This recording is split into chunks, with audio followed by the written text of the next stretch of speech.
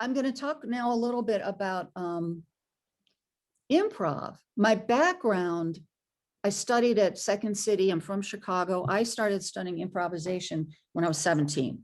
So that was 12,000 years ago. And I've done performing, improv based mostly, pretty much my whole life.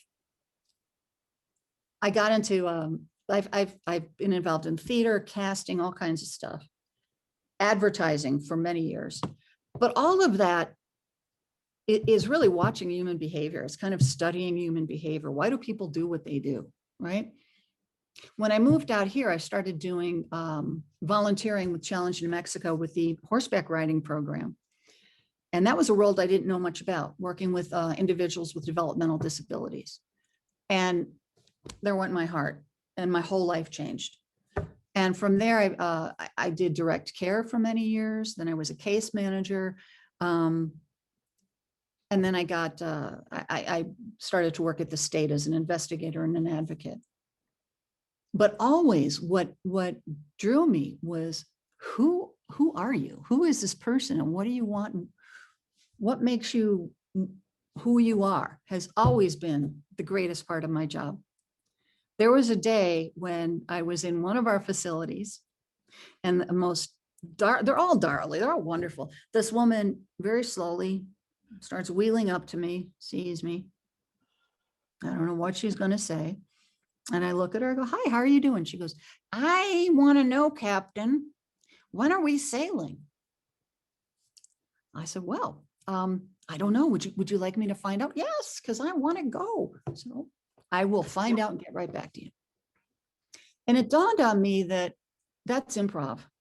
That's improv. Improv is going with what exists. It's not wanting things to be different, working with what's here. And then I started realizing, my gosh, most of my career in New Mexico doing direct care, case management, whatever it was really based on improv. The essence of improv is, how do we do something instead of, well, we can't because. And I'm going to tell you really quickly about an individual I worked with. I was his case manager, had developmental disabilities. He wasn't able to really understand the concept of money. Okay, numbers were a little bit difficult for him. What do you want to do more than anything? And his answer, an adult man, he's working. His answer was, "I want to go to Hawaii." Okay, well, he has always said he wants to go to Hawaii, but he doesn't make that much money. He doesn't understand money. How's he going to get to Hawaii? So this was always his goal year after year. I'm not saying this to toot my own horn. I'm not. My point here is thinking outside of the box. Okay, he wants to go to Hawaii. How can we make this happen? Well, he's got to save up his money, and he doesn't have a concept of money. How about this? We created a thermometer, kind of like a thermometer. It was a pretty big cutout. At the top was, "What does Hawaii mean to you?" It was so cool. Pineapple, flower necklaces. And he said, "Marie Osmond." Okay, so we had all those pictures up at the top, right? And then we had graphics on the bottom. He makes this much money, and that's here, where this red line is. When he would get paid, and granted it wasn't a lot, yeah, of course, you can buy Cokes. You can put it in a bank, you can do whatever you like. If we put it into your fund, watch the red go up. What happens when the red goes up? The closer it gets to Hawaii. Oh, cool. That's how he saved money. And yes, he went to Hawaii. And that to me is an example of improv. Okay, cool. Let's go with it. How do we do it? How do we do it? And that's all improv is. So, and the reason I'm talking about it is because I know that caregivers sometimes have I have so much compassion for caregivers because you're in the thick of it. If it's a loved one or a relative, it's very difficult to see somebody change like this. And so often there's the desire to stop it or control it.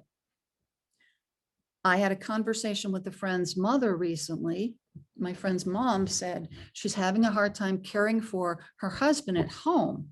It's very frustrating. For example, the other night, he was getting ready for bed.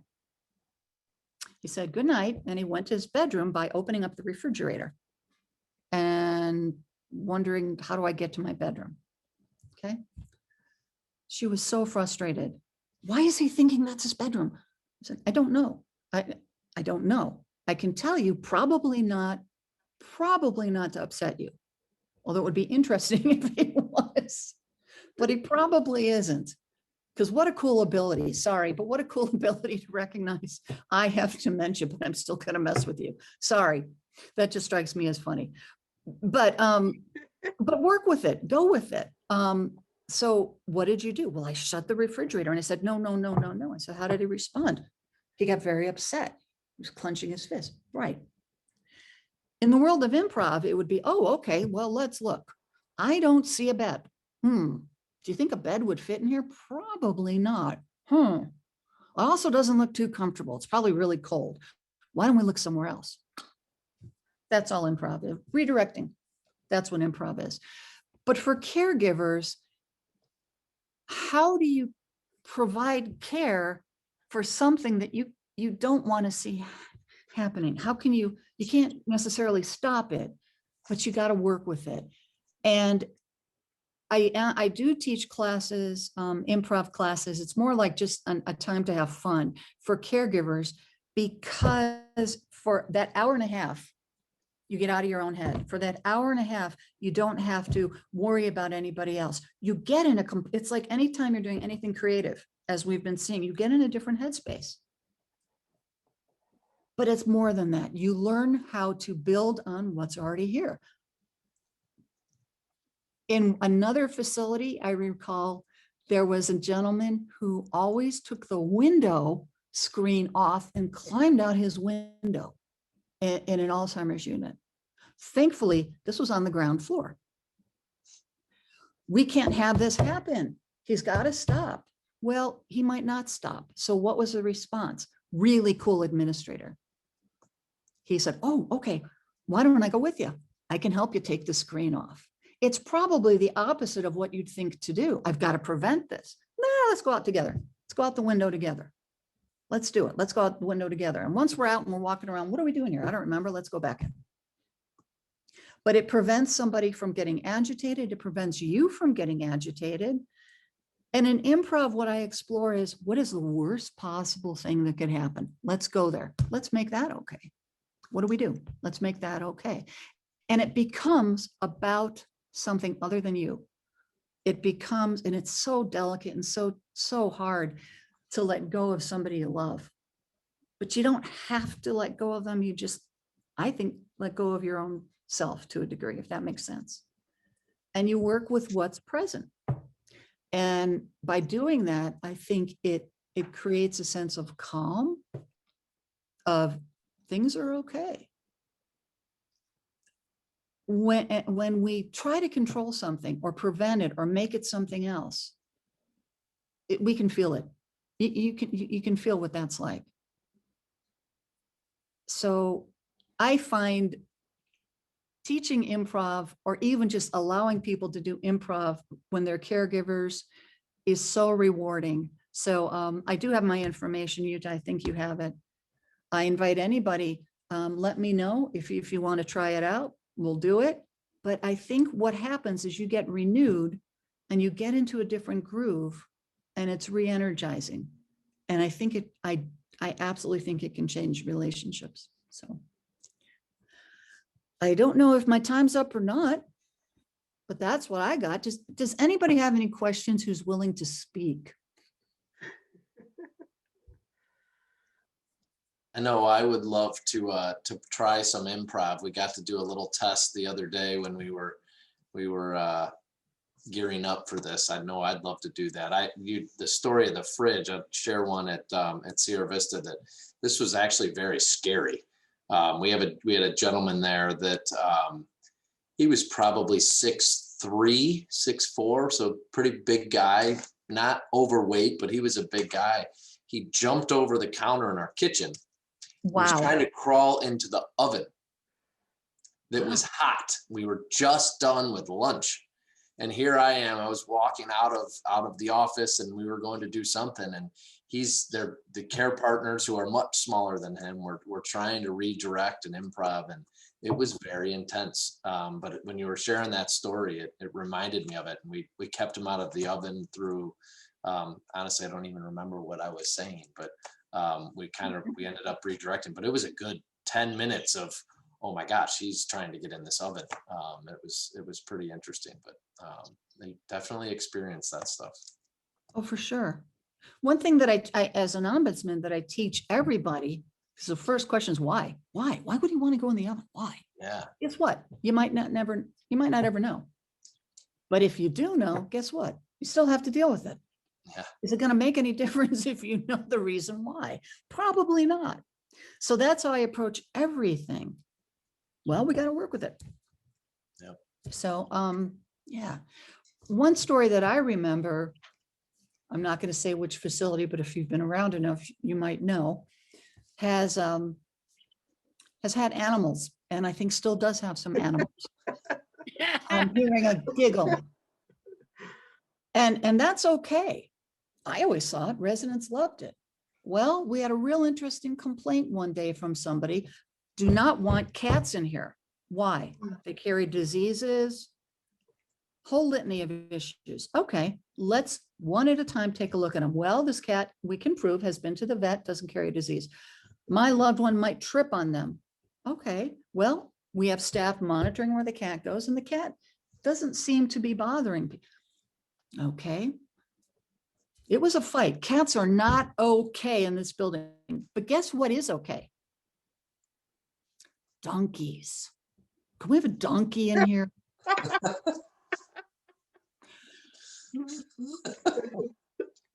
Do you ever have those moments where you feel like a hard-boiled egg is just going to pop out of your mouth like, what? But going back to the residents, there's the residents petting this kitty. They're happy as can be. What's the problem? What's the problem?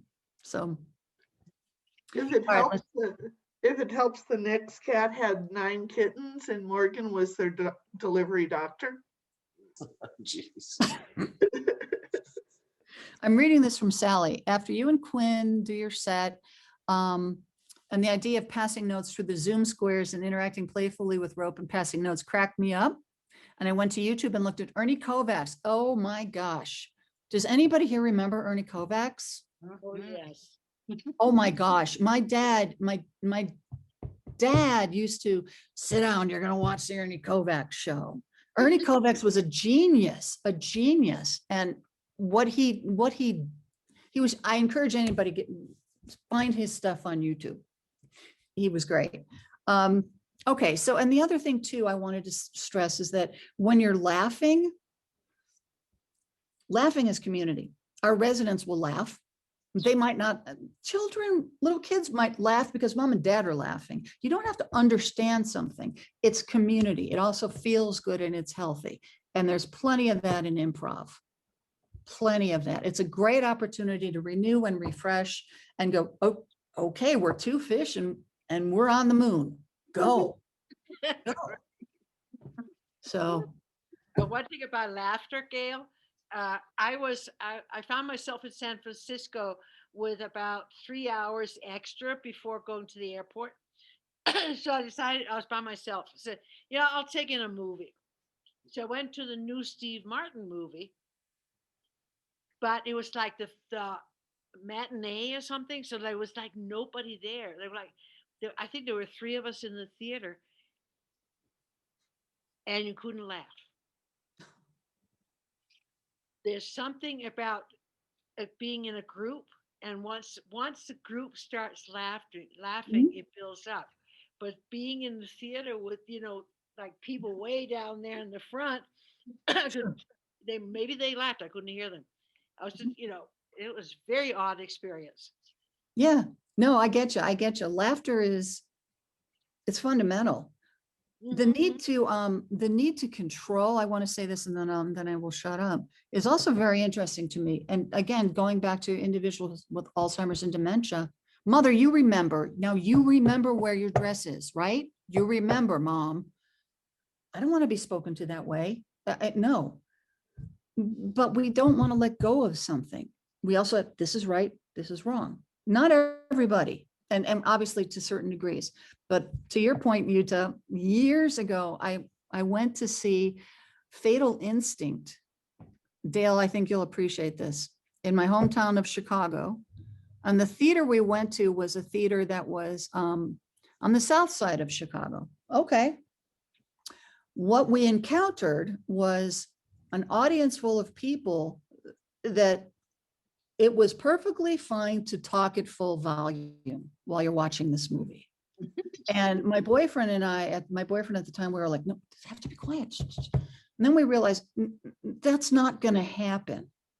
So our choice was to leave or to stay. We stayed and had a completely different experience. Almost like this is way before Mystery Science 2000, if you're familiar with that. Or it was like Rocky Horror Picture Show. It was all interactive.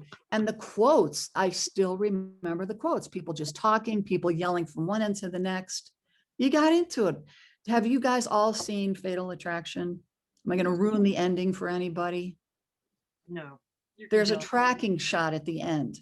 It's very tense. There's a tracking shot, and the camera goes up a range, and there's a stove with a pot boiling, and there's a rabbit in there, and it's a horrible scene. At that point, we have a woman who goes, yeah, but I know exactly how she feels by doing that, because sometimes your man gets you so mad, you just got to boil his pet. I never forgot it. But I'm telling you, if I had tried to change that, I wouldn't have had the experience I did. And it was great. There was such a freedom there. So that's what I hope for everybody is, make it okay. Make it okay. Very good. Thank you, Gail. Thank you so much. If anybody has any questions about anything, please don't hesitate to give me a call, okay? Okay, we'll make sure everybody has your information. And I'm gonna find a link to Ernie Kovacs's videos. Arnie Kovacs is brilliant, and the things he was doing with limited technology. The board. There's a dining room scene. He opens up his lunch bucket and everything falls, defies gravity. It's extraordinary. Everything he did was way before its time. Fantastic. So, all right, everybody. Thank you so much. Thank you, Gail. Great. Utah, give us a kiss. Give us a kiss. Thank you, guys. All right. That was lovely. That's my dog's foster mom, by the way. Ah, Yeah. So You have joint dog custody or?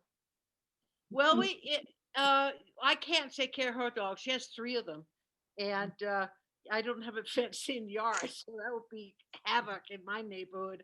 But when I have had to go out of town, my dog stays with Gail and her brood. that's cool. And I mean, she knows when we're going over there. She knows El Dorado. She knows all the tourists. Oh, yay! Yay! We're going. So I love Gail. Yeah, she's great. Very good. There is.